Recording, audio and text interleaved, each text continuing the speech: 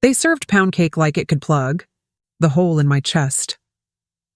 In the fellowship hall at New Providence Missionary Baptist Church, with folding chairs that pinch if you sit wrong, Augustus Banks Sr. slapped a manila envelope on the plastic table and said, loud enough to rattle the ice in the sweet tea, "You're not family, Josephine. You get nothing." The church clock ticked loud as thunder. I didn't answer. When a man performs his power, you let him finish. Then you take notes. The will on the table listed Banks Ranch and the duplex addresses in tidy rows. On the signature line, Henry Banks Jeter. My Henry, gone 6 days and already reduced to paper. Opal dabbed at the corner of her eye like grief was a smudge.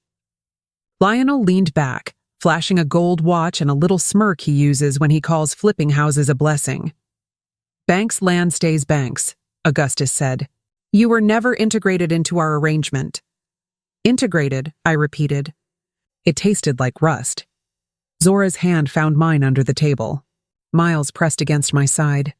Lucas slept on Aunt Odessa's shoulder, his tiny fist still clutching the corner of his blanket. I felt their breath and remembered Henry's last rainy whisper on the porch.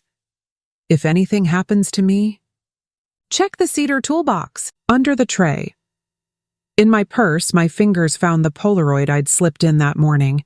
Henry's workshop bench, a notary stamp blinking in the corner like a small sun. A brass key glinted in the background. We never talked about that key. I'm not here to fight in God's house, I said.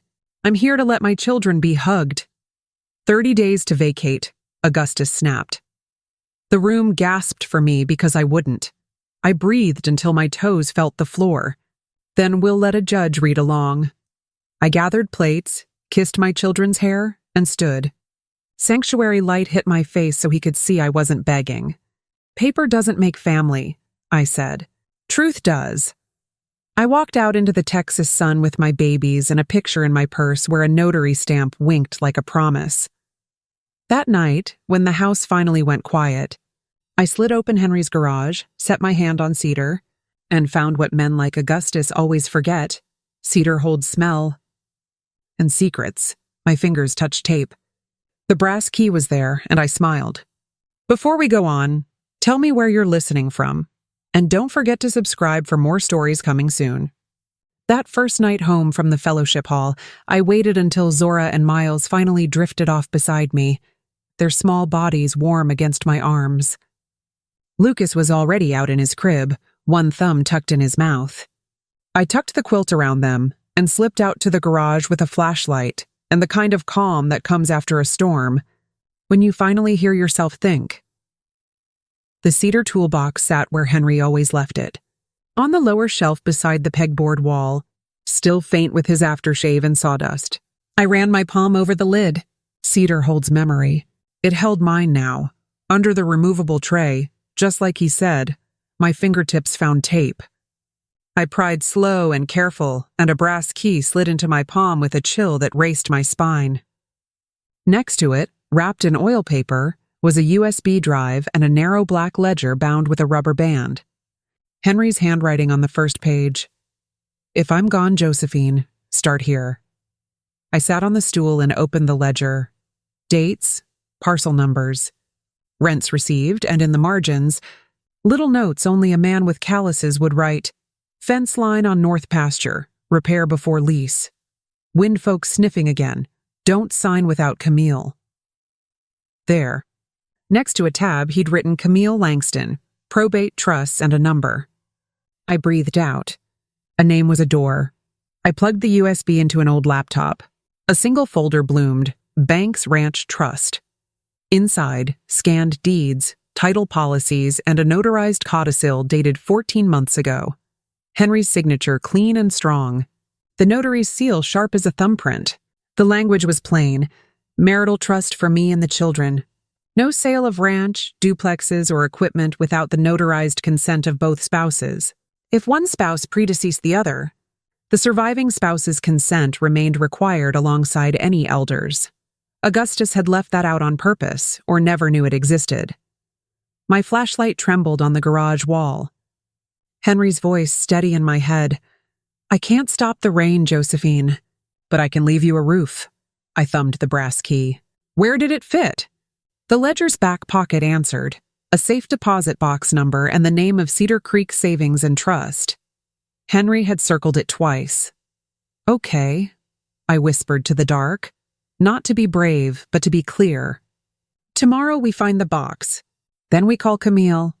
From the doorway, the house sighed, old wood easing in the cool. I eased back to bed between my children and stared at the ceiling fan blades. Augustus thought a slammed will was the end. He didn't know my husband had already started for me. The next morning dawned pale and heavy, the way mornings do when your stomach is a fist. I kissed Zora and Miles goodbye as Sharon took them to preschool, then tucked the ledger and USB into my purse. The brass key felt like it was burning a hole through my palm. Cedar Creek Savings and Trust was the kind of bank that smelled like lemon polish and old money. The receptionist barely glanced at me until I showed the key and slid Henry's death certificate across the counter. I need to access a safe deposit box, I said, steady as I could. 10 minutes later, I was alone in a small, cold room with a metal box the size of a shoebox. My hands trembled as I turned the key. Inside were 3 envelopes, one labeled for Camille, one for Josephine, and one with my children's names written in Henry's careful hand. There was also a sealed folder stamped with the words, Ranch Trust Irrevocable. I opened the one for me first. Josephine, if you're reading this, I'm gone. And if you're here, Augustus is being Augustus. He's always believed blood gives him power. It doesn't, paper does. This ranch, those rental houses, the timber rights, they were never his alone. The law protects you and my grandchildren. I made sure of that. I read the words twice, then opened the trust folder. My breath caught. The ranch, 200 acres of pasture, cattle leases, and oil rights, was deeded into a trust that could only be sold or transferred with my notarized signature. And since Henry had died, I was the sole living trustee. Augustus had no legal claim. None. I felt something rise inside me, not anger. Not relief. Power. For the first time since Henry's funeral, I wasn't drowning. I picked up my phone and dialed the number scrawled in Henry's ledger. Langston and Co. This is Camille. Ms. Langston, I said, my voice steady. I believe my father-in-law is attempting to defraud me of a multi-million-dollar ranch. I have the trust documents. Can we meet today? There was a pause. Then the lawyer replied, Mrs. Banks, I've been waiting for this call. As I left the bank, sunlight cut through the clouds. Augustus thought he'd written me out of the story. But Henry had left me the pen. By the time I reached Camille Langston's office that afternoon, my heartbeat had settled into something colder. Not fear, but resolve. The law firm sat in a converted Georgian townhouse downtown, the kind of place where the brass nameplates gleamed and silence hummed with money. Camille herself, tall, silver-haired, and precise, greeted me with a handshake that felt like steel and silk. I worked with Henry for nearly 20 years, she said once we were seated. I drafted most of these documents, and I can tell you now, Augustus has no authority to override them. I handed over the USB and the trust papers. Camille read them line by line, nodding. Then she looked up with a small, satisfied smile. Henry was meticulous. Everything's airtight. If Augustus attempted to probate a version of the will without this codicil or the trust documentation, he's already committed fraudulent misrepresentation. Can we stop him? I asked. Oh, we can do more than that, Camille replied. We can file a petition to invalidate the probate he's trying to force through. We can freeze any attempted sale of the ranch or associated properties. And if he's already misrepresented the estate to buyers or creditors, we can pursue civil damages. Her words were oxygen. After weeks of being treated like a ghost in my own life, I finally felt the ground shift beneath me. But power shifts don't stay secret for long. That night, as I was putting Miles to bed, my phone buzzed with a number I didn't recognize. Josephine, Augustus's voice hissed when I answered. You're making a fool of yourself. You think some dusty papers will stop me? That ranch has been in our family for 3 generations. You don't belong to it. My chest tightened. It's my children's legacy, I said calmly, and Henry made sure it's protected. A long silence followed. Then he spoke again, his tone low and deliberate. "Walk away quietly or you'll regret ever setting foot on that land." The line went dead. I stared at the dark screen, my hand trembling, but not from fear. Augustus had just confirmed what I suspected. He wasn't going to stop. The battle for the bank's ranch had officially begun. And this time, I wasn't just fighting for myself. I was fighting for my children's future. Within a week of that phone call, the first wave of resistance arrived, subtle at first, like small tremors before an earthquake. The local paper ran a story about the future sale of Banks Ranch, citing family restructuring and consolidation. The reporter even quoted Augustus, calling the property his family's generational asset, soon to be transformed into a more productive enterprise. He never mentioned me, not once. At the grocery store, 2 women from church avoided eye contact. One whispered, "I heard she's trying to take everything from them." Even the feed store clerk, who had known Henry since high school, gave me a clipped nod and no smile. It was clear, Augustus was running a whisper campaign. He wanted the community on his side before the legal storm hit. I tried to ignore it, but it burned. My children started asking questions. "Mom," Zora said one night over dinner, "why did Grandpa say we don't belong on the ranch anymore?" I forced a smile I didn't feel. Because some people confuse owning something with deserving it. But we're not going anywhere. The next day, Camille filed the petition to challenge the will's probate. She also submitted a request for a temporary restraining order to prevent any sale or transfer of the ranch. 3 days later, I received a formal notice. Augustus's lawyers had filed a motion to evict me from the ranch house. Their argument? I was a non-beneficiary occupant. I laughed when I read it, not because it was funny, but because it was so absurd.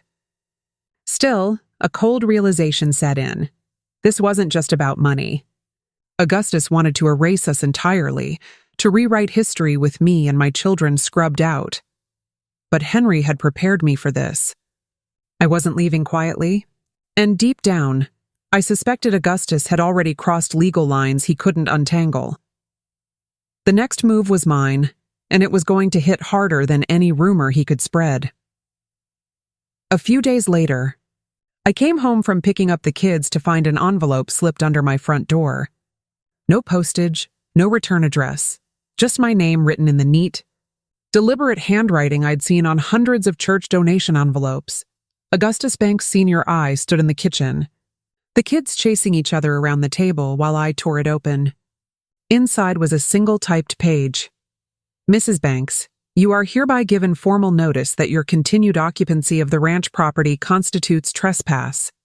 The Banks family will be seeking immediate eviction and damages for unlawful possession. Should you persist in this legal fantasy of yours, we will also pursue emergency custody proceedings for Zora and Miles on the basis of your mental instability and financial incompetence. I strongly advise you to reconsider your actions. Walk away quietly, and you will be provided a modest financial settlement. Continue this charade, and you will lose far more than a house. Augustus E. Banks, Sr." My knees nearly buckled. Custody. The word buzzed in my skull. He wasn't just trying to erase me from the property. He wanted my children, too. That was his new leverage. I folded the letter and called Camille. She answered on the first ring. "Camille," I said, my voice trembling but firm. "He's threatening custody." "I expected that," she said calmly. "It's a scare tactic and a dangerous one. But it's also a mistake. Threatening to weaponize custody without cause strengthens our case for malicious intent. Make a copy of that letter. Keep the original somewhere safe. That night, I scanned the letter, printed 3 copies, and tucked them into separate envelopes. One in my desk drawer, one in my car, and one in a locked box beneath the floorboards of Henry's workshop. I kissed my children goodnight and stared out at the darkened pasture beyond the window. The wind hissed through the mesquite like a warning. Augustus thought he could scare me into surrender. But he'd just lit the fire under the one thing he couldn't control, a mother fighting for her children. The war for Banks Ranch had stopped being about land. It was now a battle for everything. The morning after that letter, I woke with a clarity I hadn't felt since Henry's funeral. Fear wasn't going to win, not this time. The first thing I did was pick up the phone and call Aunt Odessa Greer, my mother's older sister and the closest thing I had to a second parent. "Child," she said when she heard my voice, "I knew that man was going to try something slick. He's been smelling himself since 1978. Odessa didn't mince words. Within an hour, she was on my porch with a briefcase full of records, old photographs, utility bills in Henry's name, even copies of property tax receipts showing I'd been paying the ranch taxes for years, while Augustus barely lifted a finger. "These aren't just papers," she said, sliding them across the table. "They're proof. You've been maintaining this land. You've invested in it. That'll matter to a judge."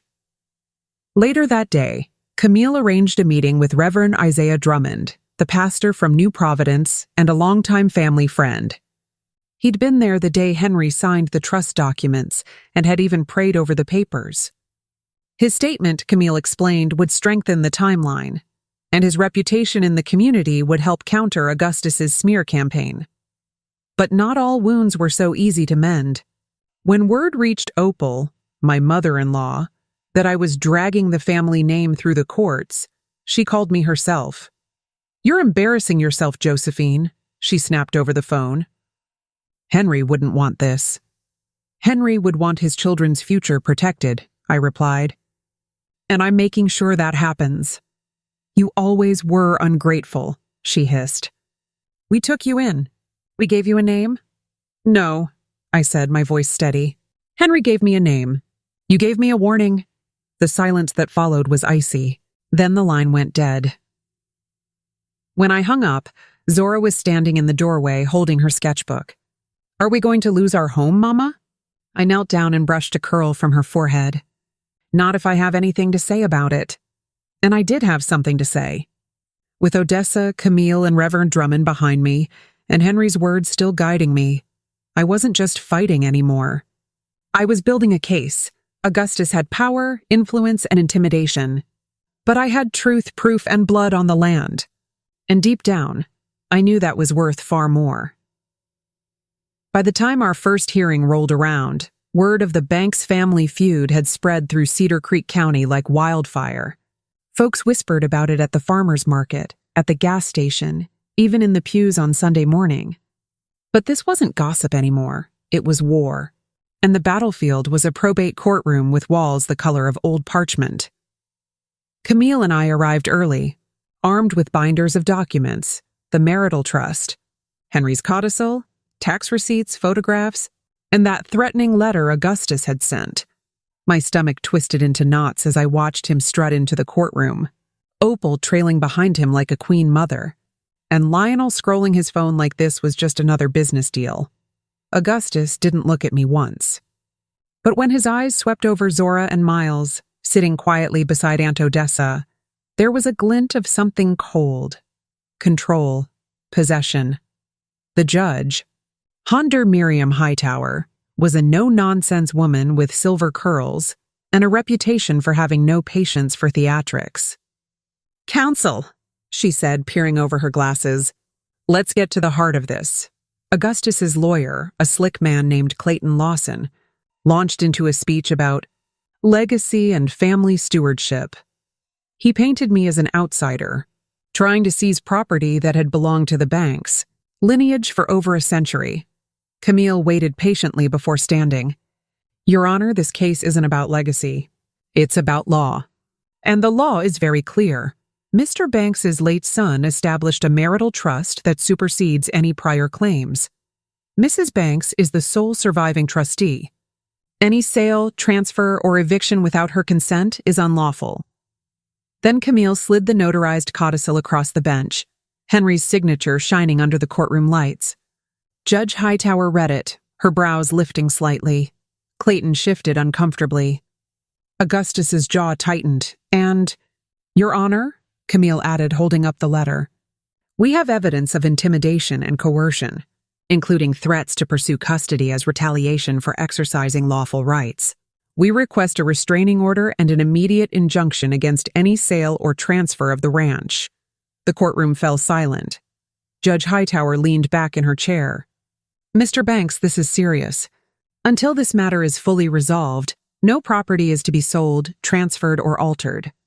And any further threats to Mrs. Banks or the children will be dealt with as criminal matters." Augustus's face flushed deep red. He hissed something to Clayton, who whispered back frantically. As we left the courtroom, Camille leaned close and murmured, "We just landed the first blow. Now he knows you're not bluffing." But I knew Augustus too well. He wasn't going to retreat, he was going to escalate. And as I buckled the kids into the back seat, I felt the first chill of a storm I hadn't yet seen. I looked into the rearview mirror at their small, trusting faces. "Whatever comes next," I whispered to myself, "I'll be ready." It didn't take long for Augustus to make good on that silent promise. Within 2 weeks of the hearing, small, unsettling things started happening. Too subtle to prove, too targeted to ignore. First, the ranch's south fence line was deliberately cut. 3 of our cattle wandered off into the neighboring property, and the sheriff's deputy, a golfing buddy of Augustus, showed up to remind me of my responsibilities as an unqualified land manager. Then came the anonymous phone calls in the middle of the night, heavy breathing on the line before hanging up. But the real escalation arrived one evening as the kids and I pulled into the driveway after church. A sleek black SUV was parked just beyond the oak grove, engine idling. The driver, a man I'd never seen before, rolled down his window just far enough to flick a cigarette into the dirt before driving off without a word. "Mom." "Who was that?" Zora whispered from the back seat. I forced a smile I didn't feel. "No one we need to worry about, baby." But my heart was thundering. Augustus was done playing legal games. He was trying to scare me off the land. I documented everything, photos of the fence, the sheriff's badge number, the phone logs, and sent them straight to Camille. "He's testing boundaries," she said. "Don't engage. Just build the paper trail. Judges hate intimidation tactics." Meanwhile, the smear campaign intensified. Lionel posted online that I was mentally unstable and exploiting the bank's name for money.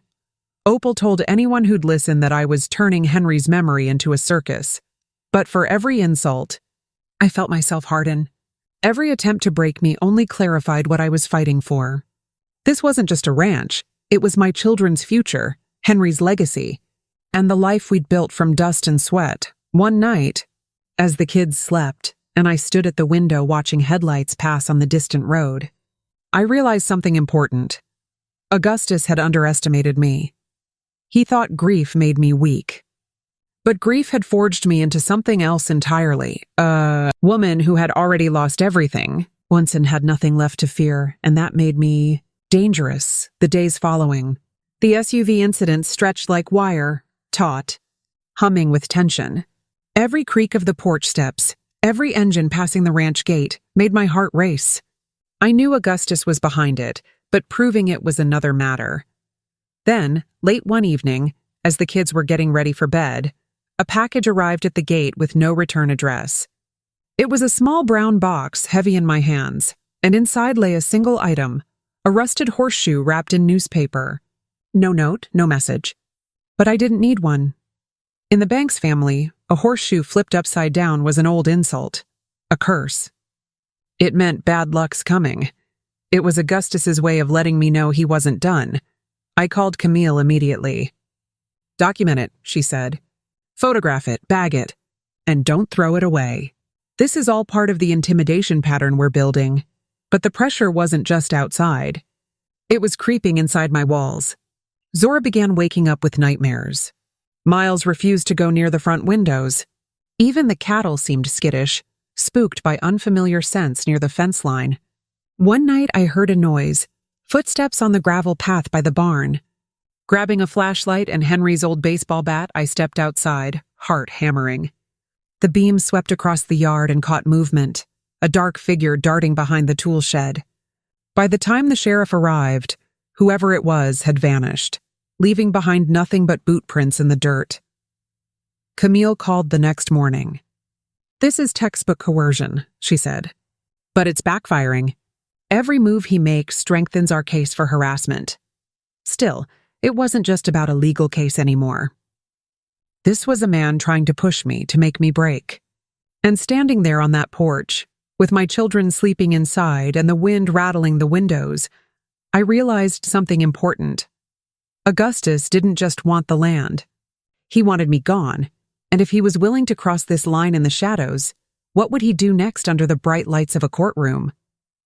Whatever it was, I'd be ready. Because now, this wasn't a fight for property, it was a fight for survival. The night that finally shattered the illusion of safety began like any other. Quiet, routine, almost boring. I'd just finished tucking Miles into bed when the security lights outside the ranch house flared to life. Motion sensor. Something or someone was out there. I froze, every muscle in my body tightening.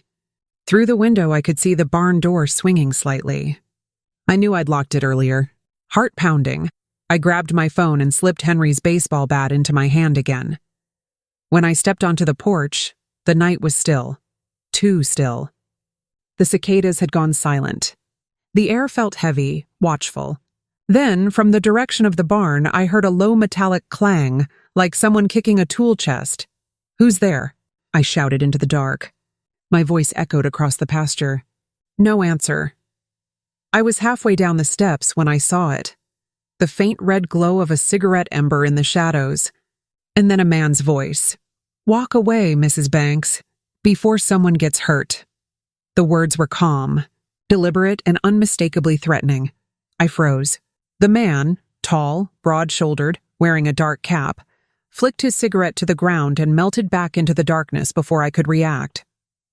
I dialed 911 with shaking fingers, but by the time the sheriff arrived, the intruder was gone. No footprints, no evidence, just the faint scent of tobacco and the echo of that threat in the back of my mind. The deputy shrugged. "Probably just some drunk ranch hand playing around," he muttered, uninterested. But I saw the glance he gave me, the same one folks around town had started giving me. They didn't believe me, or worse, they didn't care. That night, I sat awake until dawn, the baseball bat propped beside my chair, watching the shadows crawl across the floor. This wasn't intimidation anymore. It was escalation, and as the first light of morning spilled over the horizon, I realized something had changed inside me. Fear had burned itself out. All that was left now was steel. Augustus thought I'd fold. He thought I'd run. But he had just made the biggest mistake of his life. Because now, I wasn't just defending a ranch. I was preparing for war. By the time the intimidation attempts turned physical, Camille and I had already shifted our strategy. The days of simply reacting were over. Now we were going on the offensive. Our first step was a forensic audit.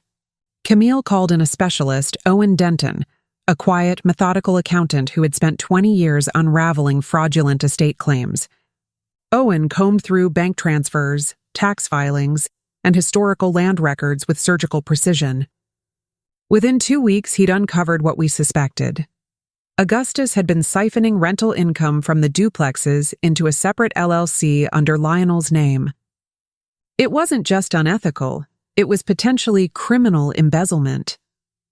"Once we submit this," Owen said, sliding a thick folder across Camille's desk, "the DA's office will have no choice but to investigate. He's been cooking the books for years." But I knew Augustus wouldn't go down quietly. That night, as I tucked Miles into bed, my phone buzzed with an anonymous text message. "Back off. Last warning, we know where your kids go to school." My breath caught. I screenshotted the message immediately and forwarded it to Camille, who notified the police and filed an emergency protective order. The sheriff, now forced to take things seriously, began routine patrols past the ranch, though I could feel his reluctance in every clipped word. Meanwhile, Camille moved to freeze all family accounts linked to the estate pending investigation. Augustus's team pushed back, filing a countersuit accusing me of defamation and financial interference. But Camille was ready. The probate was reassigned after Ellison's preliminary order. Judge Miriam Hightower would hear the TRO and all subsequent motions. Ellison's earlier ruling had quietly sidelined my claim, but Camille wasn't about to let that stand. At the next hearing, she presented forged accounting documents and false affidavits they'd filed, shredding their credibility before the judge. The tide was turning, but with every legal victory, Augustus grew more dangerous. And then, one chilly October morning, I received a call that made my blood run cold. "Mrs. Banks," the school principal said, voice trembling. "Someone tried to pick up Zora and Miles today.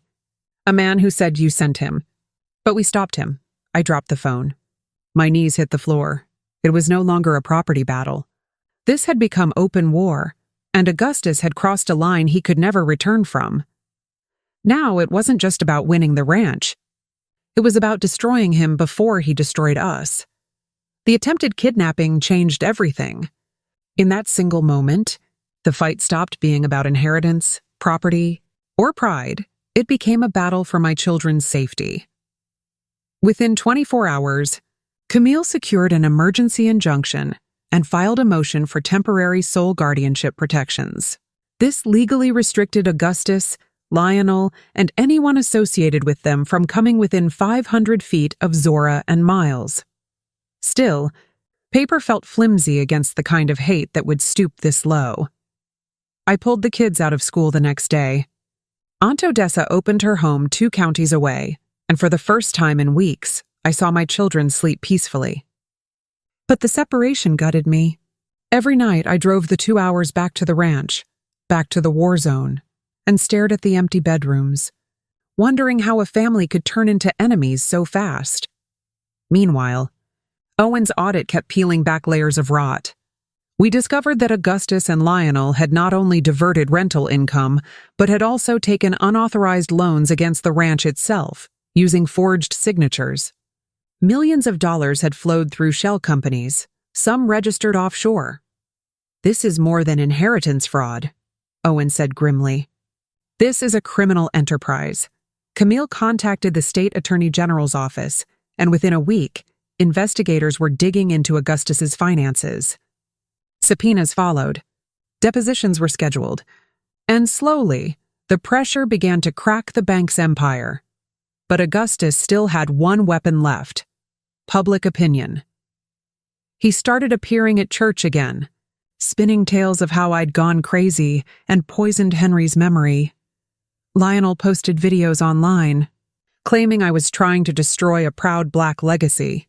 It stung. It infuriated me, but I didn't respond. Not yet, because Camille had a plan, and it was far more devastating than any rumor. "We're going to expose them publicly," she said, sliding a press contact card across her desk. "You're going to tell your story on record. And when you do, we'll release the financial evidence to the media and regulators at the same time." I looked at the card. My heart pounded. Telling my story publicly meant stepping into a firestorm, but it also meant finally seizing control of the narrative. I thought of Henry, of Zora and Miles, of every threat, every sleepless night, every bruise this family had tried to leave on my soul, and then I nodded. Let's do it. The Banks family wanted a public fight. Now they were going to get one. The night before my interview, I barely slept. My mind ran circles. What if Augustus retaliated harder? What if telling the world our story put the children in more danger? But deep down, I knew we had crossed the line where silence was safety. Silence had protected him, not us. And that was over. The next morning, I walked into the offices of the Cedar Creek Chronicle, a mid-sized regional paper with a national reputation for investigative journalism. Sitting across from reporter Sarai Ellison, I felt like every part of my story, the betrayal, the threats, the fear, had been building to this moment. "Tell me everything," Sarai said, voice calm but firm, and I did. I told her about the will Augustus slammed on the table, the intimidation, the threats of custody, the kidnapping attempt, the offshore accounts, the fake LLCs, the forged signatures, all of it.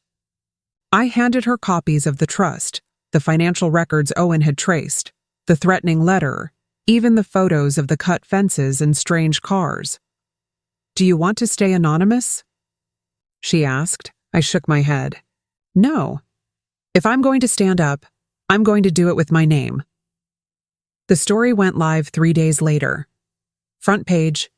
Headline bold as a scream. Widow takes on powerful bank's family in multi-million-dollar estate fraud case. The article detailed everything.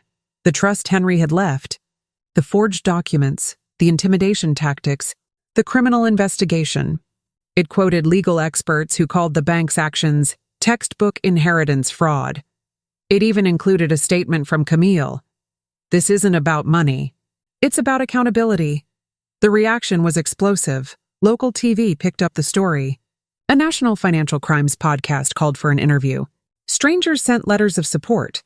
And most importantly, more victims came forward, former tenants, employees, even a distant cousin, all with stories of being cheated or threatened by Augustus and Lionel. That same week, the state attorney general announced a formal criminal investigation into the bank's family's finances. Subpoenas expanded. The DA scheduled depositions. Augustus was furious. Lionel posted a video calling me a liar and a gold digger. But their denials rang hollow now. The tide had turned. And as I watched Sarai's article spread like wildfire across social media, I realized something profound. For the first time in this fight, Augustus wasn't controlling the story. I was. And the more light we shone on the truth, the less power his threats seemed to hold. But just as I began to breathe again, Camille called with a warning. "He's going to strike back, harder than before. Be ready," and she was right. The storm that followed would be the darkest yet. The article hit Augustus like a wrecking ball. For a week, he and Lionel stayed uncharacteristically silent. No statements, no court filings, no anonymous letters. The stillness should have felt like peace, but it didn't. It felt like the heavy silence before a tornado. It came on a Thursday morning, right after I'd dropped Zora and Miles at Aunt Odessa's. A uniformed courier appeared at my door with a thick envelope. Inside, a 78-page lawsuit. Augustus was suing me for defamation, slander, and emotional distress, seeking $25 million in damages. "This is a scare tactic," Camille said when I called her in a panic. "The goal is to bleed you dry with legal costs and make you back down. But I promise you, it's not going to work." The following day, Augustus took it public. A press conference, cameras, flashbulbs, Lionel at his side. He painted himself as a victim, an elderly patriarch under attack by a greedy outsider, and accused me of fabricating documents and exploiting Henry's death. The smear campaign reached fever pitch. Social media flooded with posts calling me a fraud. Anonymous accounts shared photos of my children. Even the pastor at New Providence got hate mail for supporting me. Then, something darker. One night, as I was reviewing documents with Camille over Zoom, I received a video message from an unlisted number. My hands shook as I hit play. It was footage, grainy but unmistakable, of Zora and Miles playing in Aunt Odessa's backyard. A man's voice whispered over the footage, "Last warning. Settle, or next time we don't film from the street." I felt my knees go weak. This wasn't a lawsuit. This was warfare. Camille called the DA immediately. "This crosses into criminal territory," she said. "We're not just fighting a civil case anymore. We're building a criminal conspiracy charge." The police placed surveillance near Odessa's home. A private security firm offered pro bono services after seeing Sarai's article. And Owen's audit now had federal eyes on it. The IRS and FBI Financial Crimes Division had quietly opened their own inquiries. For the first time, I sensed Augustus was losing control. His desperation was starting to show. Still, I knew this was far from over. A man like Augustus doesn't stop when cornered. He lashes out, and his next move would be the most dangerous of all. The night it happened, the air was too still, the kind of suffocating quiet that makes your skin crawl. I had just finished reviewing the latest deposition notes when the motion lights outside the ranch flared on again. It had become a nightly ritual. Lights, shadows, then nothing. But tonight felt different. I grabbed the baseball bat and stepped onto the porch. Everything was silent. Too silent. Then I heard it. A faint metallic click coming from near the barn. My breath caught. That wasn't the sound of an animal or wind. It was deliberate, human. I crept toward the sound, my heart thundering. That's when I saw him. A man in dark clothes crouched by the propane tank, a small device in his hands. When the beam of my flashlight swept over him, he bolted, but not before I caught a glimpse of his face. It wasn't anyone I knew. Hey, I shouted, sprinting forward.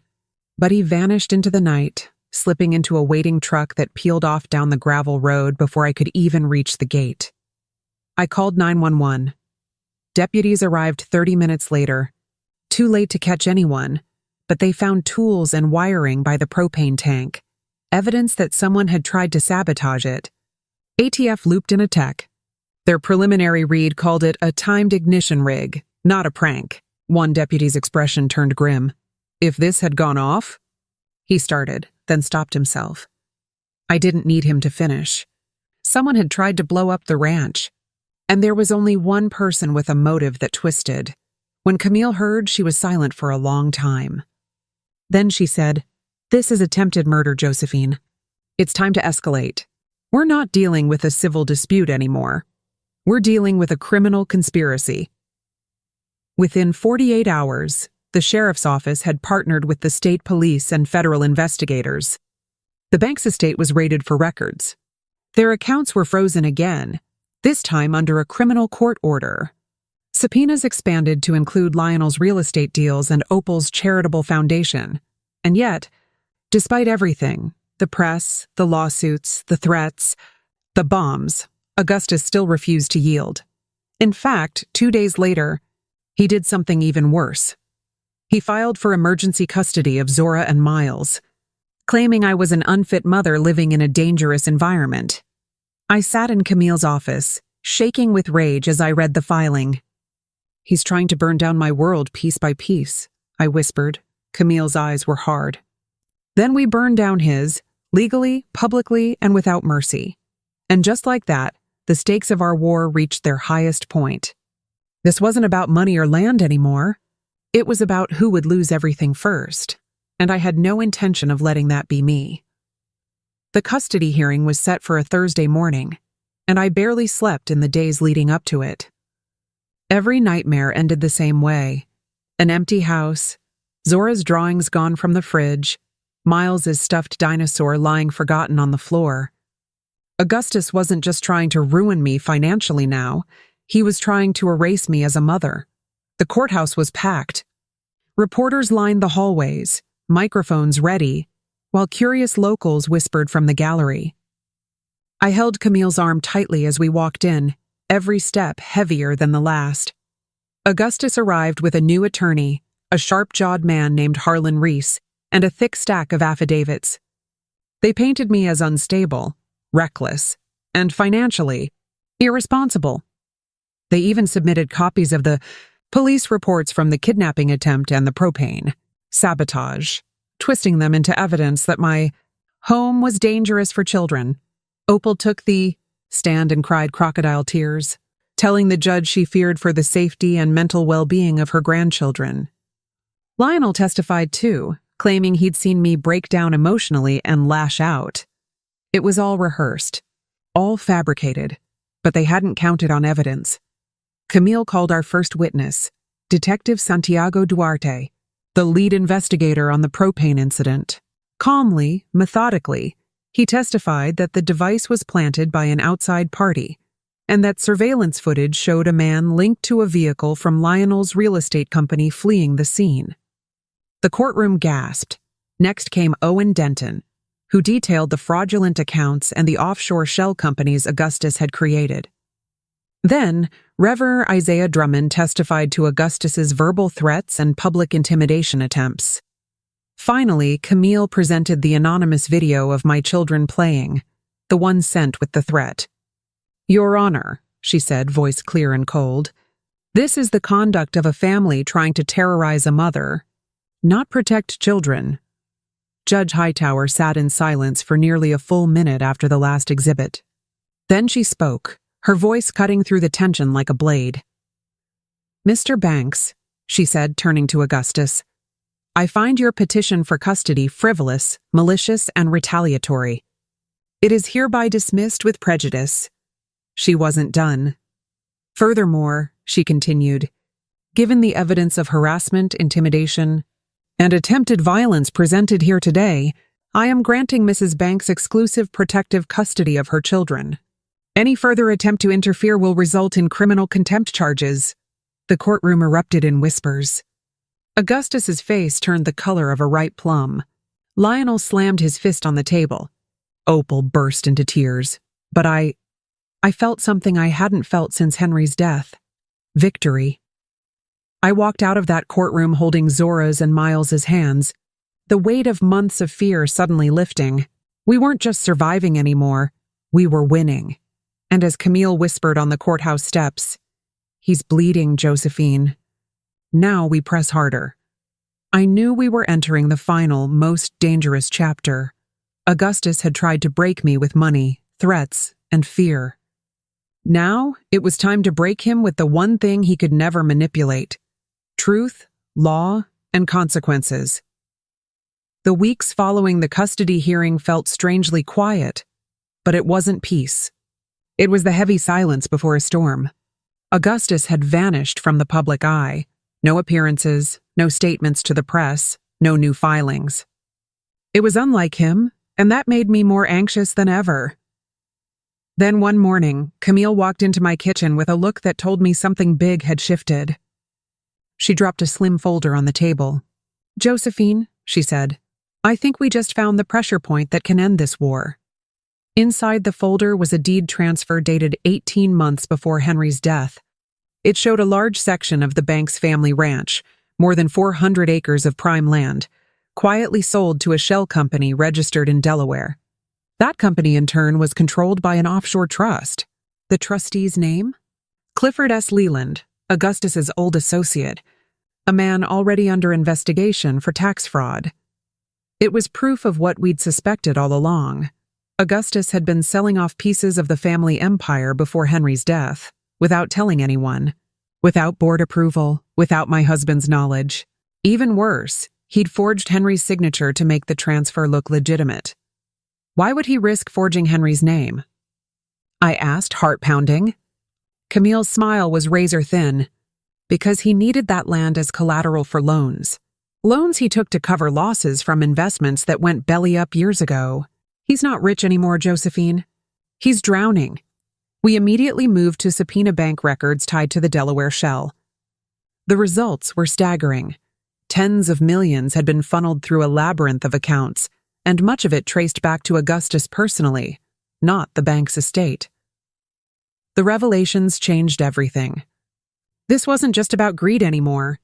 Augustus hadn't disinherited me to protect the family fortune. He'd done it to cover his crimes. Meanwhile, a source from the county recorder's office reached out. "There's another deed," they whispered. "Filed under a different name, but it's tied to Augustus's tax ID. It's the mineral rights under the entire ranch. Gone.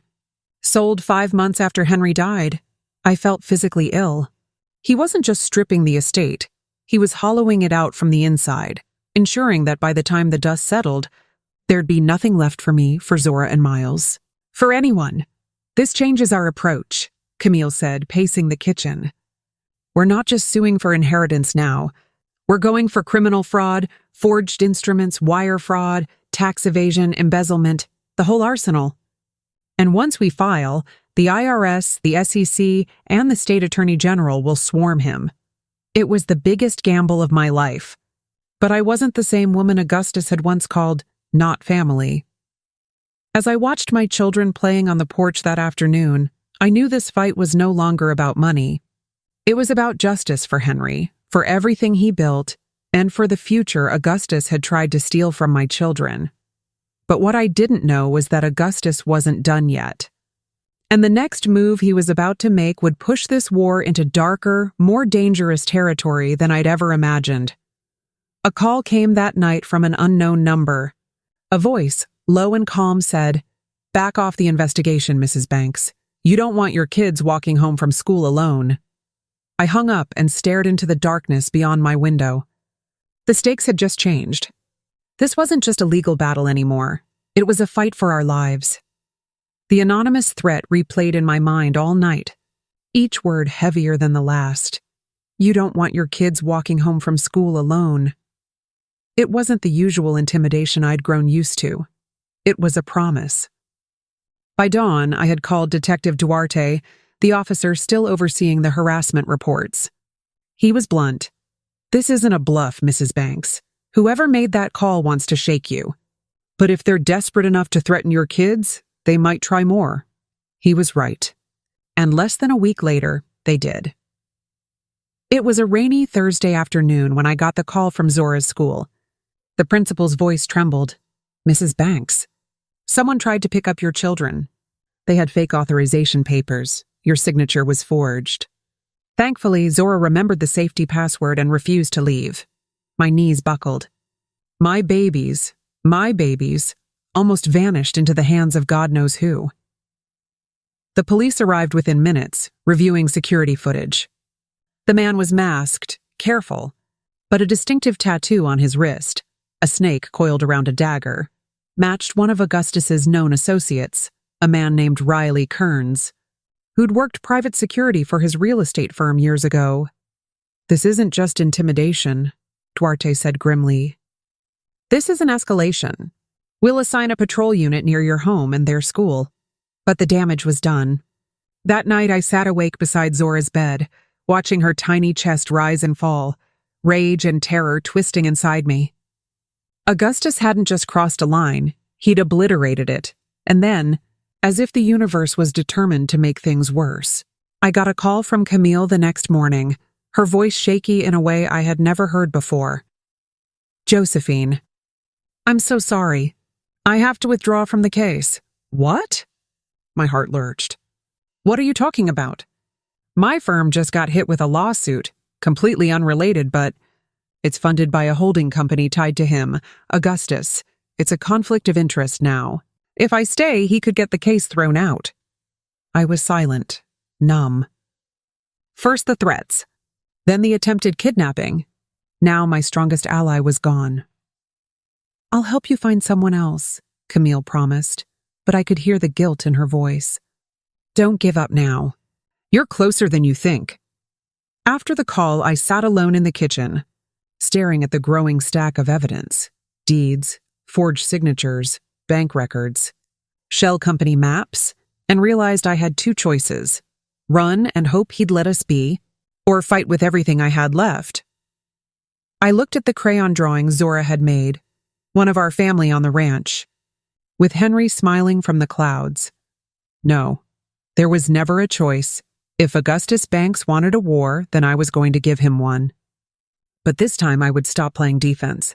I would hit back so hard that not even his money, his threats, or his allies could save him. Because now, it wasn't about justice. It was about survival, mine and my children's, and I was prepared to burn his empire to the ground to protect them. The kidnapping attempt and Camille's withdrawal changed everything.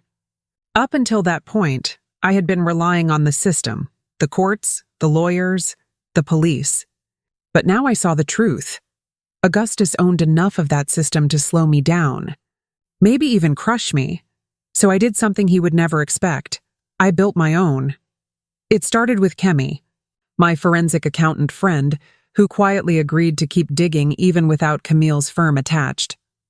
Then I reached out to Sharon, my oldest friend and former nanny, who had a network of contacts from her time working for wealthy families. I can get you information, she said. People talk when they think no one's listening. Through Sharon, I met Amelia, a retired paralegal who specialized in estate law. She volunteered to help comb through thousands of pages of property filings. And Detective Duarte, though still technically limited by his badge, started slipping me details he shouldn't have. Names, dates, phone numbers tied to Augustus's offshore accounts. Piece by piece, a picture emerged, one uglier than I'd imagined. Augustus had been using a series of straw buyers to offload the family's most valuable properties, then funneling the money into a hedge fund run by an ex-con named Walter Walt Haynes.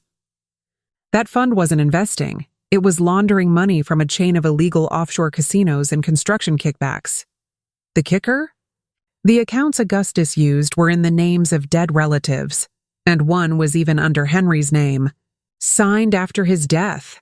This isn't just fraud, Kemi said one night as we went over the files in my kitchen. It's a RICO case, racketeering, money laundering. If we hand this over to the right agency, Augustus doesn't just lose the ranch, he goes to prison. I wanted to celebrate. But something told me Augustus wasn't going to sit quietly while we dismantled his empire. And I was right. 3 nights later, I came home to find my front door slightly ajar. My heart dropped. I pushed it open slowly and froze. Every single file from my dining room table was gone. The hard drive with months of evidence? Missing. Even my laptop, where I'd saved backups, had been wiped clean. On the kitchen counter sat a single photograph. It was of Zora and Miles at the park, taken from a distance. Scrawled across the bottom in red ink were 4 words, "Stop or they disappear." I sank to the floor, shaking. Augustus wasn't bluffing anymore. But what he didn't know, what he couldn't know, was that Kemi had encrypted everything and stored it in a secure, off-site cloud. The evidence wasn't gone. Camille already had a checksum-matched clone of the USB.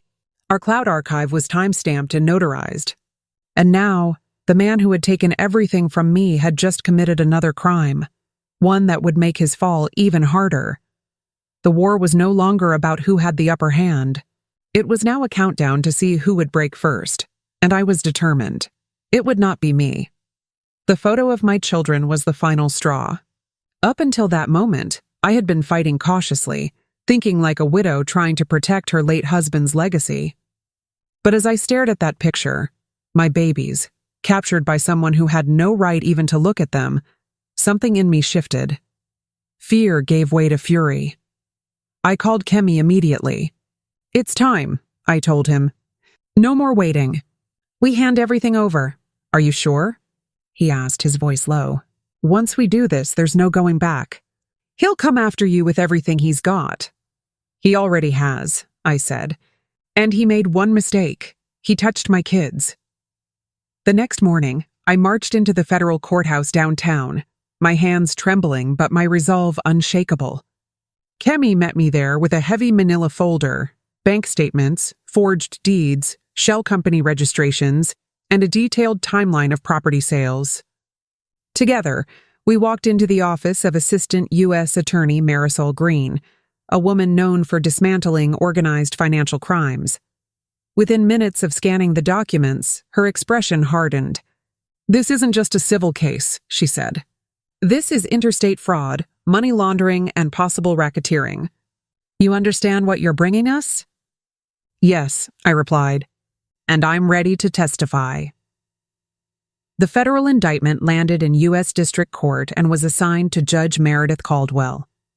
The investigation moved fast, faster than I expected. Subpoenas were issued within days. Federal agents interviewed employees from Augustus's companies, former accountants, even Lionel. Most cracked under pressure, revealing everything: falsified probate filings, forged signatures, bribes to county officials, and millions stashed in accounts across 3 countries. But Augustus still wasn't finished. A week later, I received a package with no return address. Inside was a burner phone and a single text message: "Last chance. Meet me alone at the ranch gate tonight." No police, no lawyers. Or the children vanish. I sat there for a long time staring at the glowing screen. Part of me knew it was a trap. But another part, the mother part, couldn't ignore even the smallest chance that he meant it. "I'm coming with you," Kemi said when I showed him the message. "No," I said, slipping the phone into my purse. "This ends tonight, but I'm not going alone." That evening, while I drove toward the ranch, a convoy of unmarked cars followed at a distance, federal agents, waiting for Augustus to incriminate himself. As I approached the gate under the orange glow of the setting sun, I saw him standing there in a tailored suit, leaning casually against a truck, as if this were nothing more than a family chat.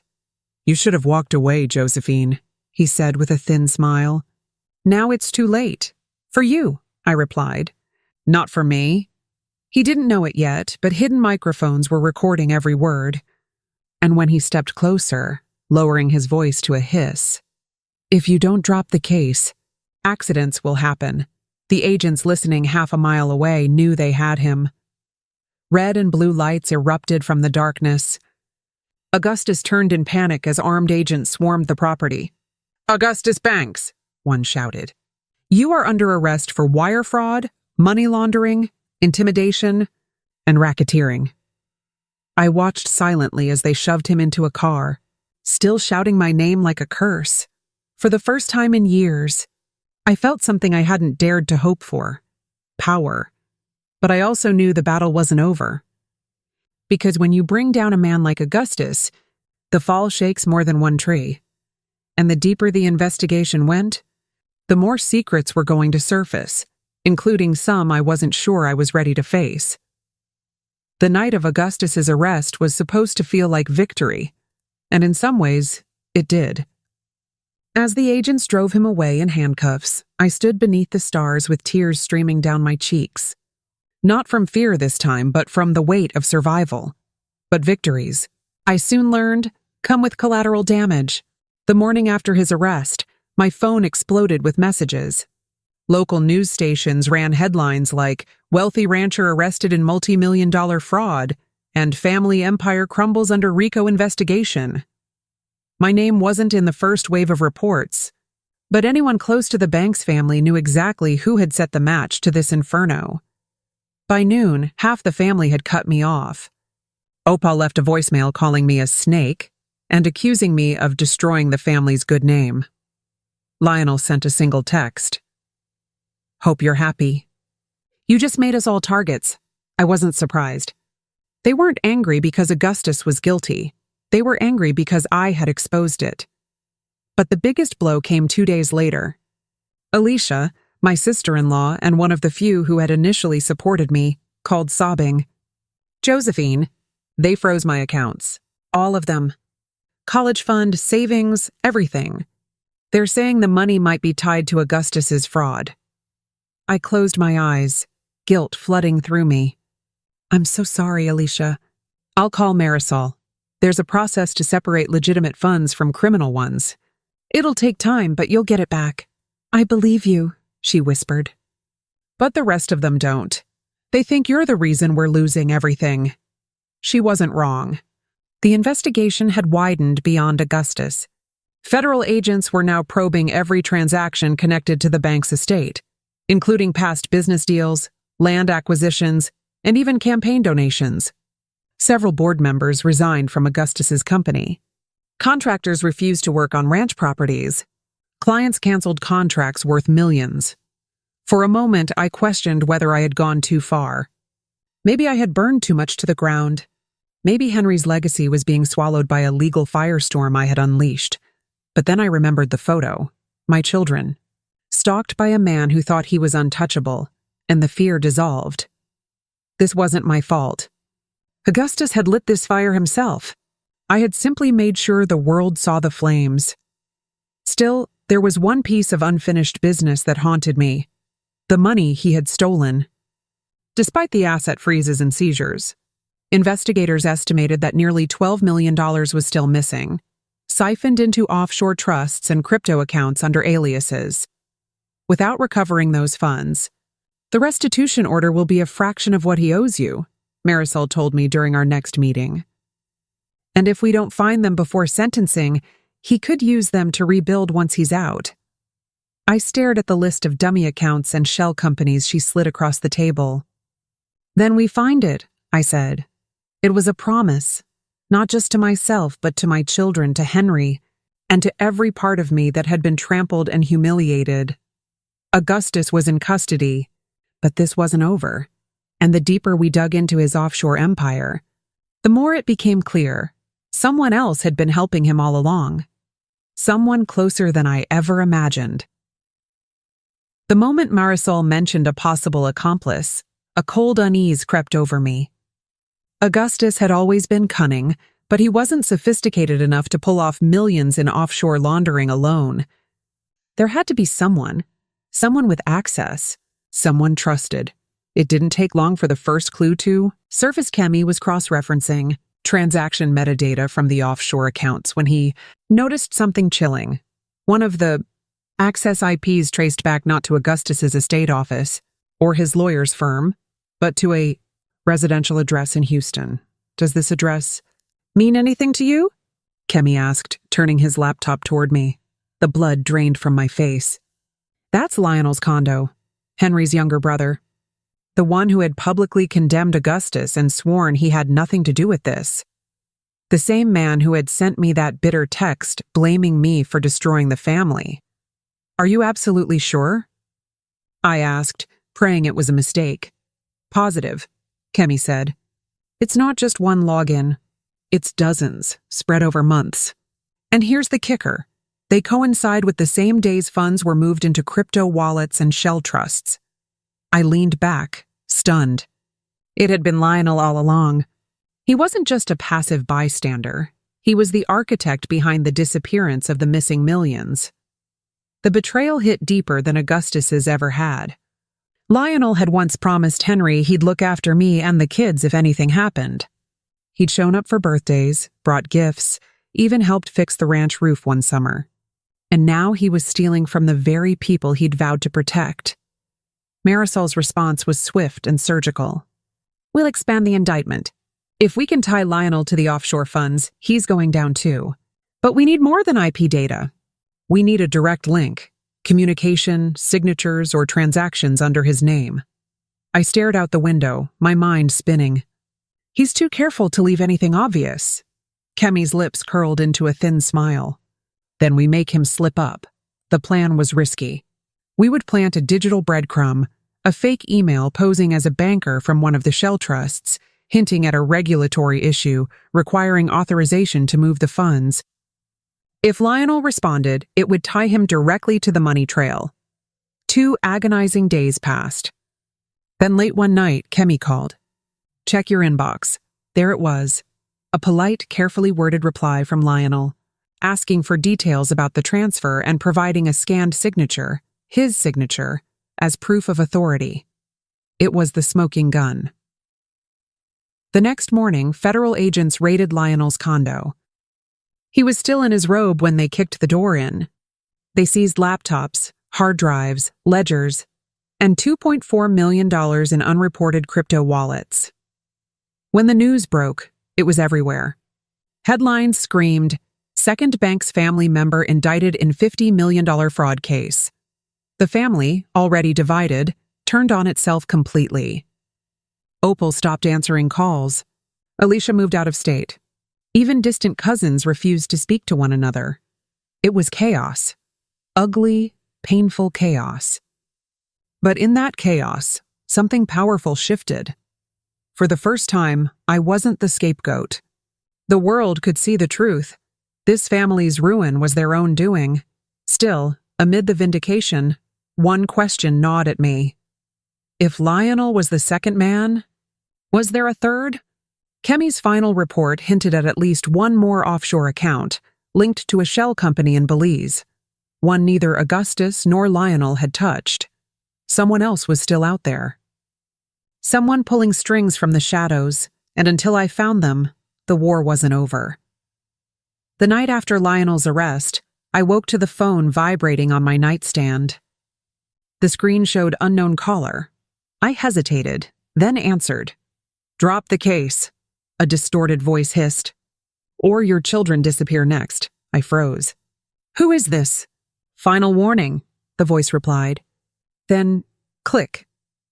I sat in the dark, trembling, the dial tone buzzing in my ear. For a moment, the urge to quit overwhelmed me. I'd risked everything already.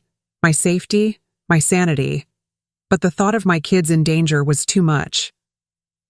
At dawn, I called Detective Duarte. This isn't just financial fraud anymore, he said grimly. This is organized intimidation. We'll assign a patrol car and increase surveillance. But the threats escalated anyway. 2 days later, someone tried to snatch my youngest, Lucas, from the playground. Thankfully, Sharon, who'd insisted on watching the kids that afternoon, noticed a man in a hoodie loitering near the swings. When he reached for Lucas's arm, she screamed loud enough to draw the attention of 3 other parents, and the man bolted. I filed a police report, but the damage was done. Fear seeped into every corner of my life. I changed schools. I installed cameras. I slept with the lights on. Then another blow. My lawyer abruptly withdrew from the case. Conflict of interest? He muttered vaguely, refusing to explain further. Camille suspected Augustus's money had found its way into his firm. It was the lowest point yet. My allies were dwindling, my children were targets, and my legal support had vanished. But something shifted in me that night.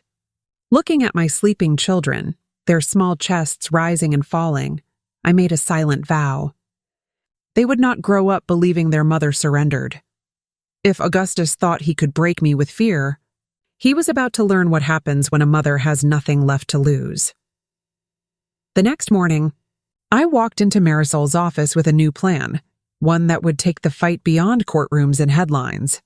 We would hit Augustus where it hurt most, his power, his network, his empire.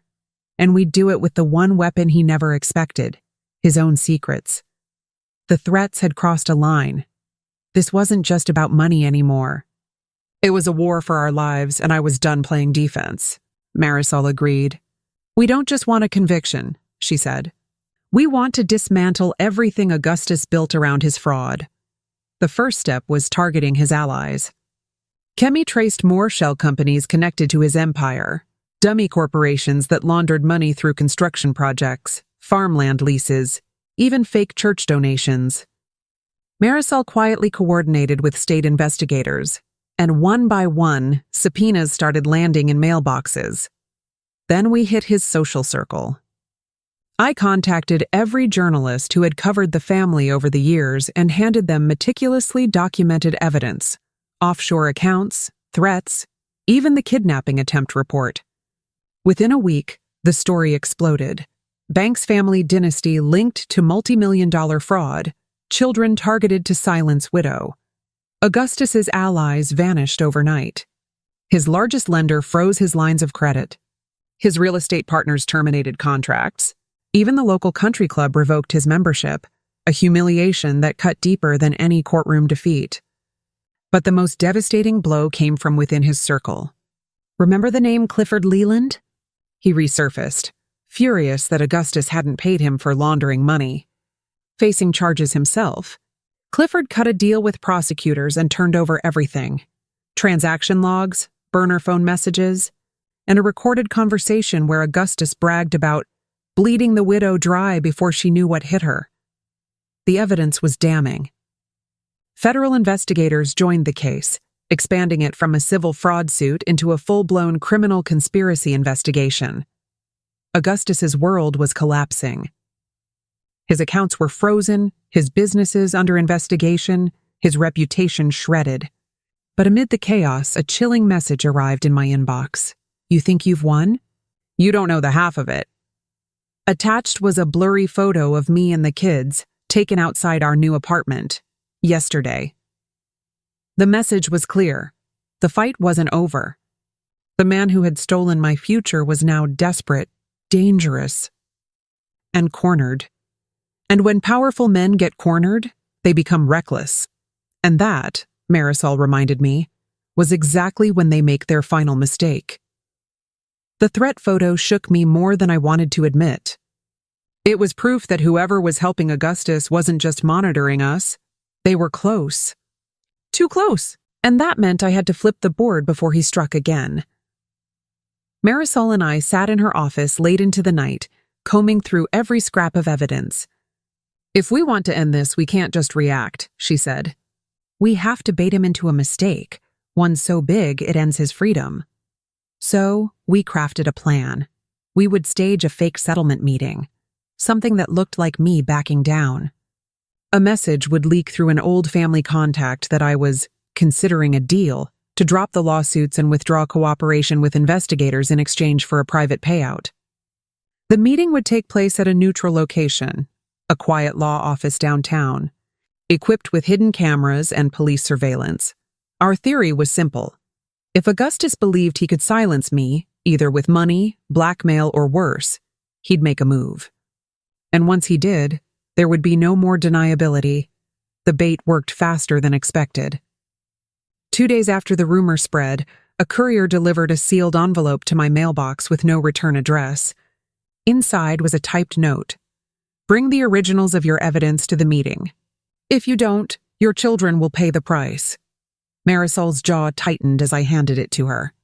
"This is it." "He's desperate." We coordinated with law enforcement. The building was wired with cameras, plainclothes officers were stationed in the lobby, and tactical teams waited in unmarked vans nearby. I was nervous, terrified even, but I also felt something else for the first time in months: control. On the day of the meeting, I walked into that office with a briefcase full of blank documents. Every step echoed with years of betrayal, fear, and rage. Then the door opened. Augustus walked in. He wasn't alone. 2 men, one I recognized from the playground kidnapping attempt, followed behind him. "Let's make this easy," Augustus sneered. "Sign the withdrawal papers. Hand over the evidence, and we'll all pretend this never happened." I stared at him calmly, my heart pounding. "You just made your last mistake." Before he could react, the room erupted with shouts. "Police! Hands where we can see them!"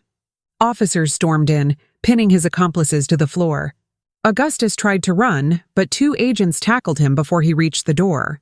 The entire exchange, the threats, the coercion, the attempted intimidation, was caught on video. And with it, the final nail was driven into his empire. But as they dragged him out, Augustus turned his head and spat venom. "This isn't over, Josephine. You think you've won, but you don't know who else is involved." It wasn't bluster. I saw it in his eyes. There was still someone out there, and whoever they were. They had just become my next target. Augustus's arrest made national headlines. Bank fraud patriarch caught in sting operation, but the victory felt hollow. His words echoed in my head over and over. "You don't know who else is involved." For days, Kemi and I pored over everything again: shell companies, offshore accounts, wire transfers, searching for anything we might have missed.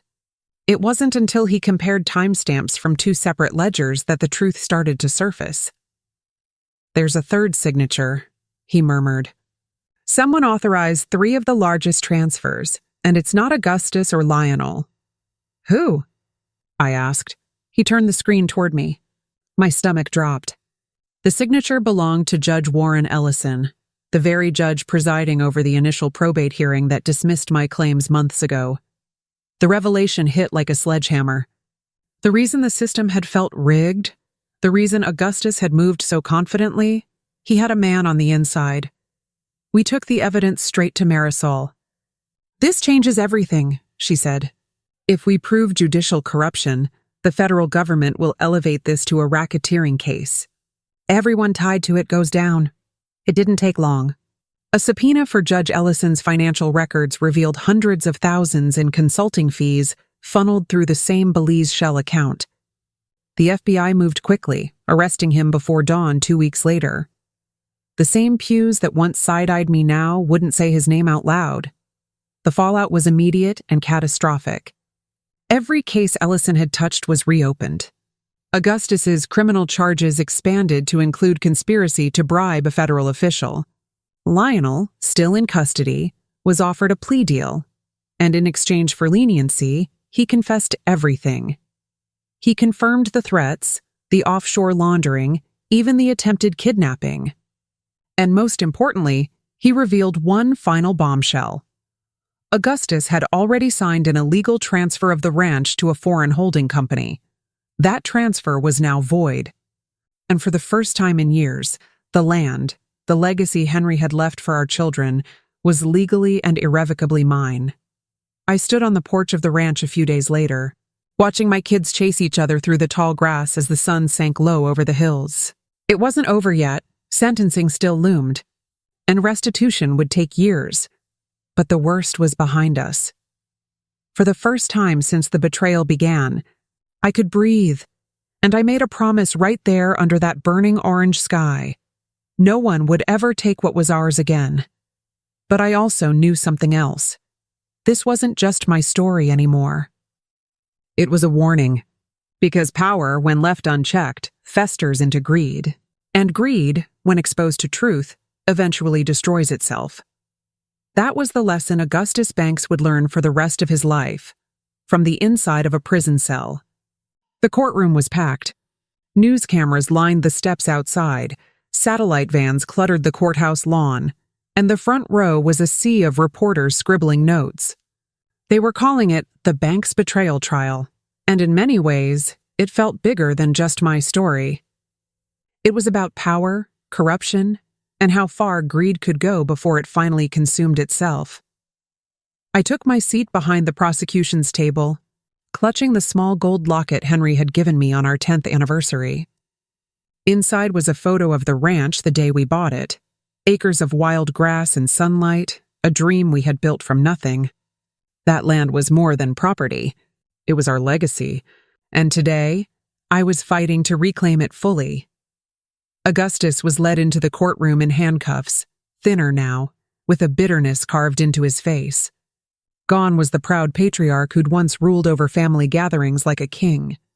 In his place stood a man stripped of power, a man who had gambled everything and lost. The charges were read aloud: conspiracy to commit fraud, money laundering, wire fraud, judicial bribery, conspiracy to kidnap, and attempted coercion. The list went on for nearly 3 minutes. Lionel, already serving a reduced sentence for his cooperation, sat stone-faced in the witness gallery, refusing to meet my eyes. The prosecution's case was airtight. Kemi's forensic work, Clifford S. Leland's testimony, the hidden camera footage from the fake settlement meeting, even the kidnapping attempt. It all painted a picture of a man who had orchestrated a criminal empire beneath the mask of a grieving father. But the most damning moment came when they played the audio recording, Augustus bragging about how he'd bleed the widow dry and erase her from the family's history. The courtroom went silent. Even the judge paused, jaw tightening. When it was my turn to testify, I stood tall and spoke clearly, recounting every betrayal, every threat, every night I'd spent hiding my children from men who wanted to silence me. My voice shook only once, when I described Lucas's near kidnapping. "Mrs. Banks?" the prosecutor asked gently. "Why did you keep fighting, even when it endangered you?" I looked straight at Augustus. Because this isn't about money. It's about the truth. My husband's legacy was not theirs to steal, and my children's future is not theirs to destroy. Augustus didn't flinch, but his eyes gave him away. For the first time, I saw fear there. Real fear. The trial stretched on for weeks, but momentum never shifted. Witness after witness, document after document sealed his fate. Even the defense's desperate attempts, blaming Lionel, blaming the judge, blaming bad business partners, fell flat. Augustus Banks wasn't a victim. He was the architect of his own downfall. On the final day of testimony, the prosecutor ended with a sentence I'll never forget. "Greed may build empires, but justice tears them down. And today, this empire crumbles." The jury deliberated for just 5 hours. When they returned, the foreman's voice rang out clear. "On all counts, guilty." The room erupted. Reporters rushed for the doors. Augustus's lawyers slumped in their chairs. And I, for the first time in years, felt my knees weaken, not from fear, but from relief. It wasn't over yet. Sentencing was still to come. But as I stepped outside and saw the morning sun stretch over the courthouse steps, I knew the power had shifted. For the first time since this nightmare began, he was the one trapped behind bars. And I was free. 6 months later, I found myself walking up those same courthouse steps. But this time, the air felt different, lighter, colder too, as if the universe itself was holding its breath for the final chapter of this saga. Today wasn't about evidence or cross-examinations. Today was about consequences. The sentencing hearing drew even more attention than the trial itself.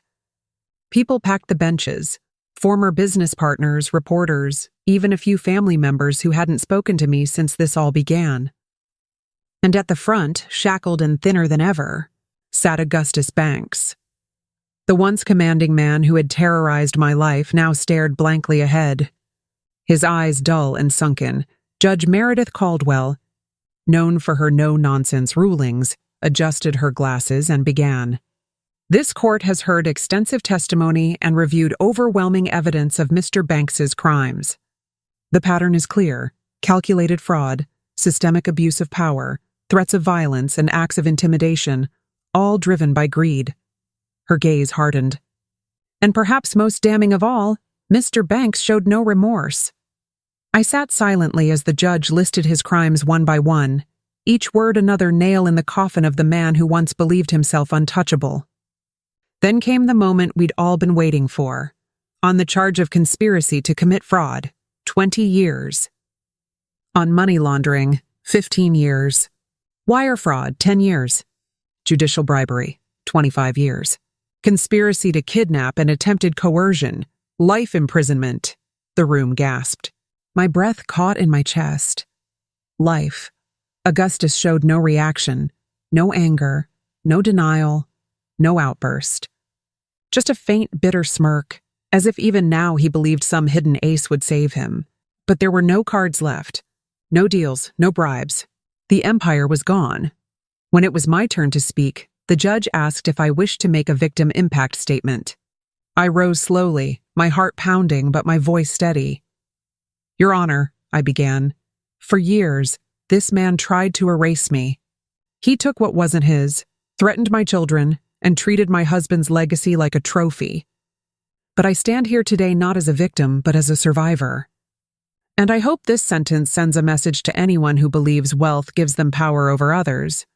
It does not. The courtroom was silent when I sat back down. Even the reporters had stopped typing. As Augustus was led away in handcuffs, he turned to look at me one last time. You destroyed everything, he hissed. No, I said quietly. You did. Outside, the winter air bit at my cheeks, but I felt weightless. Reporters swarmed, microphones flashed, but I barely heard them.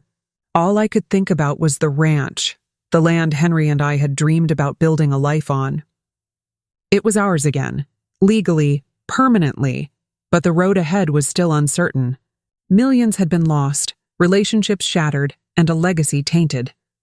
And yet, standing on those courthouse steps, I felt something I hadn't felt in years. Peace.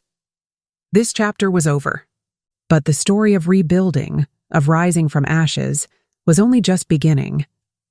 The verdict and sentencing rippled far beyond the courtroom. It didn't just end Augustus's reign, it detonated the entire Banks dynasty. Overnight, the family name that once commanded respect in business circles and on political donor lists became synonymous with greed, corruption, and scandal. Headlines called it the fall of a Southern empire. Former business partners scrambled to distance themselves. Bank accounts were audited. Real estate deals dissolved. Even local charities quietly scrubbed the Banks Foundation from their plaques. But the loudest fallout came from within the family itself. Opal, the woman who had called me a snake and blamed me for ruining the family's reputation, showed up on my doorstep. 3 weeks after sentencing, her hair was gray, her voice trembling. I never thought it would end this way, she whispered. I was angry at you, but you were right. I stood in the doorway, uncertain. Opal had been one of the cruelest voices against me. She had defended Augustus even when the evidence was undeniable. I don't know if forgiveness is something I can give you, I said honestly. I'm not asking for it, she replied. I just needed to say, I'm sorry. Her words were small, but they weighed more than paper. She left without asking to come inside. And though I didn't say the words aloud, something in me softened. Not forgiveness, not yet, but the beginning of something that might one day resemble peace. Others weren't so repentant. Lionel, even from prison, sent a bitter letter blaming me for his downfall. Distant cousins continued to smear my name online. Some even hinted at lawsuits, though none had the courage to file one. But their rage didn't matter anymore. Because while they were consumed with blame and bitterness, I was rebuilding. The ranch, once stripped from me, was officially in my name now. Fences were mended, barns repaired. Neighbors who had kept their distance started stopping by again with warm pies and offers of help. I hired a small team and reopened the farm-to-market business Henry and I had dreamed of. It wasn't much yet, but it was ours. And for the first time in years, my children were laughing without fear. They chased each other through the pasture, built tree forts, and learned how to ride horses. The land that had once been a battlefield was becoming a home again. The public, too, shifted its gaze. Where once I had been painted as a bitter widow waging a selfish legal war, now I was hailed as a symbol of resilience. Media outlets called me the woman who took on an empire and won. Advocacy groups reached out, asking me to speak about financial abuse, legal intimidation, and the hidden dangers of family wealth. I accepted one invitation, a televised interview with a national network. When the host asked me if I regretted anything, I took a deep breath and told the truth. I regret trusting people who didn't deserve it, but I don't regret fighting. I did it for my children, for my husband's memory, and for every woman who's ever been told she's powerless. Because we're not. The interview went viral. Letters poured in from strangers, widows, single mothers, victims of financial fraud, thanking me for telling a story they felt no one else understood. But even amid the praise, I stayed grounded. This wasn't about revenge anymore. It was about reclaiming my life and ensuring no one could ever take it from us again. Still, as I tucked the kids into bed one night, I couldn't shake one lingering question. What now? The war was over, but the future stretched before me, blank and unwritten. And for the first time in a long, long while, that thought didn't scare me. It thrilled me. The first spring after the trial felt like stepping into a new life. The air on the ranch was different, not just cleaner but lighter, as if the soil itself had been holding its breath during the years of chaos and was finally exhaling. The fences were repaired, the barns freshly painted, and the old oak tree where Henry once carved our initials stood taller than I remembered. I walked the land every morning before the kids woke up, boots sinking into the damp earth, and I whispered the same words under my breath. We're home. We're still here. Rebuilding wasn't easy. The estate had been gutted by the years of fraud, accounts emptied, equipment sold off, contracts canceled. But I refused to let that stop me. With help from Kemi and a new attorney, I created Banks Heritage Farms, a cooperative business focused on sustainable ranching and local produce. It started small, a few head of cattle, seasonal crops, and weekend farmers markets. But within months, demand grew. More than once, investors approached me, offering to buy shares or partner in exchange for influence. I turned them all down. This land wasn't a business to be carved up again. It was a promise, one I had made to Henry, to myself, and to my children. One afternoon, as the kids raced across the pasture chasing fireflies, Zora ran up to me, breathless. "Mama, do you think Daddy can see us?" I smiled, eyes stinging. "I think he's right here," I said, pressing my hand to my heart. And in that moment, watching their laughter spill into the wide golden sky, I realized something profound. This wasn't about what we'd lost anymore. It was about everything we were building, together. By the second summer after Augustus's sentencing, the ranch was no longer a place haunted by betrayal. It was a place reborn. New fences lined the fields. The barns buzzed with activity. And every morning, the sound of laughter echoed as my children fed the horses before school. We had built something real, not just a business, but a future. The farmers' cooperative was thriving beyond my expectations, and we'd expanded into artisanal dairy, a small vineyard, and a youth agricultural program in Henry's name. Visitors came from nearby towns for tours and weekend markets. The ranch was once again a heartbeat of the community, not a cautionary tale. But healing isn't always loud or public. Sometimes it's a quiet moment. Like the afternoon I found myself standing beneath that old oak tree, fingers tracing the weathered initials Henry carved decades ago. I closed my eyes and whispered, "We did it. Then came something I never expected. One crisp autumn evening, as the sky burned orange and purple, I received a letter in a familiar, careful handwriting. It was from Augustus, from prison. He didn't beg for forgiveness. He didn't deny what he'd done. Instead, he wrote about his regret, how greed had blinded him, how his hatred of losing control had cost him everything. "I don't ask you to forgive me," he wrote. "I only hope that one day my grandchildren will know I was more than my worst decisions." I read the letter twice, then tucked it away. I didn't forgive him, not fully. But for the first time, I no longer felt anger when I thought of him. I felt pity, and strangely, peace. As the sun dipped behind the pasture, my children ran to me, cheeks flushed from the cool air. I scooped Lucas into my arms and watched Zora and Miles chase each other through the fading light. The road to this moment had been brutal: betrayal, threats, fear, and loss. But it had also forged something unbreakable: us. And as I held my children close, I knew one unshakable truth: we were no longer survivors. We were the architects of our own legacy. A year after the sentencing, I stood at the edge of a new chapter I hadn't dared to imagine when this all began. The kids and I were thriving, the ranch profitable, the community supportive, the nightmares mostly gone. But there was one ghost still lingering in the corners of my heart: family. It was late one afternoon when I received a call from Alicia, my late husband's cousin, one of the few who had cut contact during the storm. "Josephine," she said softly, "some of us, we'd like to come by. If you'll have us," I hesitated. Part of me wanted to slam that door forever, to keep the circle small, safe, and free of betrayal. But another part, the part Henry had loved most about me, whispered, "Healing doesn't always mean letting people back in, but sometimes it means giving them the chance to try." The following weekend, they came. Opal was there, shoulders stooped and eyes watery. Alicia brought her kids. Even Lionel's ex-wife showed up with flowers. The air was tense, cautious, but there was no shouting, no blame. Just quiet apologies and stories of regret. "We were wrong," Opal said finally, her voice breaking. "We let our pride blind us. And we lost more than money. We lost you and the children." I didn't answer right away. Instead, I walked them to the oak tree, where Henry's initials still scarred the bark. "This land is more than property," I said. "It's blood, history, sacrifice, and I won't let anyone ever again treat it like a bargaining chip."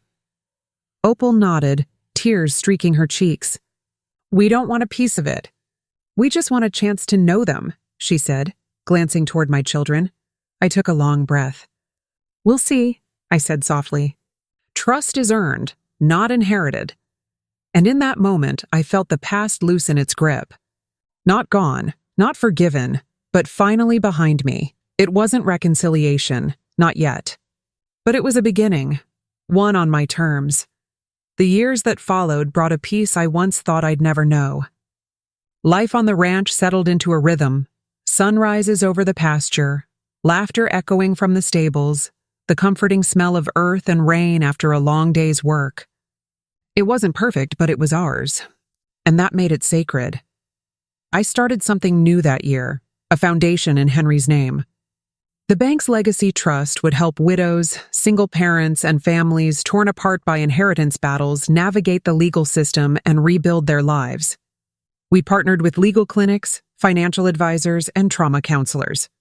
Within months, we had helped more than 50 families fight for what was rightfully theirs. The work was exhausting, but deeply healing. Every story I heard, of a sister disinherited, a widow silenced, a mother threatened, reminded me of the woman I once was, terrified, powerless, on the verge of giving up. And every time we won a case, it felt like reclaiming a small piece of myself all over again. One afternoon, I took Zora, Miles, and Lucas to the courthouse where it had all begun. They were older now, wiser too. As we stood before the steps, Zora slipped her hand into mine. "Mama," she asked, "was this where you beat them?" I laughed softly. "No, sweetheart. This is where we told the truth. And the truth did the beating." She grinned, and in that moment, I saw it. the future Henry and I had dreamed of. Not one built on revenge or wealth, but on justice, integrity, and strength. That night, after the kids were asleep, I sat beneath the oak tree and looked out over the fields. The moon bathed the land in silver light, and I felt Henry's presence all around me. "We did it," I whispered into the night. "They tried to erase us, but we're still here, stronger, louder, unbreakable." The ranch was no longer just a property. It was a promise that no matter how dark the betrayal, the light of truth would always rise again, and now it was time to ensure that promise lived far beyond me. The ranch had always been Henry's dream, and mine, but as the seasons turned and the years began to stretch further from the chaos of the trial, I started to see it as something bigger. It wasn't just a piece of land anymore. It was a story, one of resilience, truth, and transformation, and it needed to outlive me. So, I began to prepare the next chapter, teaching my children to carry the torch. Zora, now a teenager with her father's steady calm, loved the books and record side of things. She'd spend hours with me in the office, learning how to track inventory, negotiate contracts, and balance ledgers. "Numbers tell stories too, Mama," she once said. And she was right. They told the story of how far we'd come. Miles, with boundless energy and a heart that beat with the land itself, took to the fields like he'd been born for them. He knew the soil, the cattle, the seasons. He could sense a storm coming before a single cloud appeared. Lucas, still young but full of questions, was the dreamer, the one already talking about expanding into new crops, new ventures, new ways to make the ranch thrive. Watching them grow into their roles was both humbling and bittersweet. I often stood by the porch, hands wrapped around a mug of coffee, watching them work side by side. They weren't just learning how to run a business. They were learning what it meant to protect something worth fighting for. One evening, as the sun dipped below the horizon and the sky turned gold, Zora asked, "Mama, are you ever going to leave this place?" I smiled. "One day, but not before I'm sure you're ready to build something even bigger than what we started." And for the first time, I believed, truly believed that they would. The ranch, our story, our hard-fought legacy. It was safe. It was growing. And it was no longer mine alone. It belonged to the future. One crisp autumn evening, years after the trial and the storm that once consumed my life, I found myself alone in the study, a rare and welcome silence filling the room. The children were grown now, busy shaping their own futures, and the ranch ran itself with a rhythm as natural as breathing. I poured a cup of tea, pulled out an old leather-bound journal, and began to write. It started as a letter to Henry, something I hadn't done since the early days of grief. But as the ink flowed, I realized it was more than that. It was a letter to the woman I used to be. "Dear Josephine," I wrote, "I know you're scared. I know the nights feel endless and the days heavier than you can carry. I know you think you're powerless, but you're not. Every tear you shed is building a strength you don't yet see. Every betrayal is shaping a courage that will one day make the world shake." I paused, smiling through tears. "They will try to erase you. They will underestimate you. And they will regret every second of it. Because one day, you'll stand on the same land they tried to steal, and it will be yours. Fully, legally, proudly yours. And your children will grow up knowing that their mother did not just survive. She rose. When I closed the journal, I felt lighter, as if I'd finally laid something to rest. The woman who had once trembled in fear was gone. In her place stood someone stronger, wiser, and freer than she had ever believed possible. And as the last light of day slipped over the ranch, I whispered into the quiet, "Thank you, past me, for never giving up." Tomorrow, I knew, was the final chapter, and I was ready to write it. The morning sun stretched long shadows over the ranch as I stood by the old oak tree one last time. Years had passed since the darkest chapters of my life, yet the scars of betrayal still lingered in the soil, woven into the very roots of this land. And I realized that was okay. Scars weren't signs of weakness. They were proof of survival. The ranch was thriving now, Banks Heritage Farms had become more than a business. It was a symbol. Families from across the state came to visit. Schools brought children on field trips, and local newspapers called it a living legacy. And the foundation we'd built in Henry's name? It had helped hundreds of families reclaim stolen inheritances, fight legal battles, and find justice where once there was none. One afternoon, as I walked the property with Zora, Miles, and Lucas, now young adults charting their own futures, I felt a sense of completion I had never known before. "Mama," Lucas said, slipping his arm around me, "are you proud of what we've built?" I smiled. "I'm proud of what you will build next. This was always meant to outgrow me." Zora took my hand. "You know, Daddy would be proud too." I looked up at the endless sky and felt a warmth settle deep in my chest. I think he already is. Before we headed back, I turned once more toward the horizon, the same horizon I'd stared at when everything felt hopeless.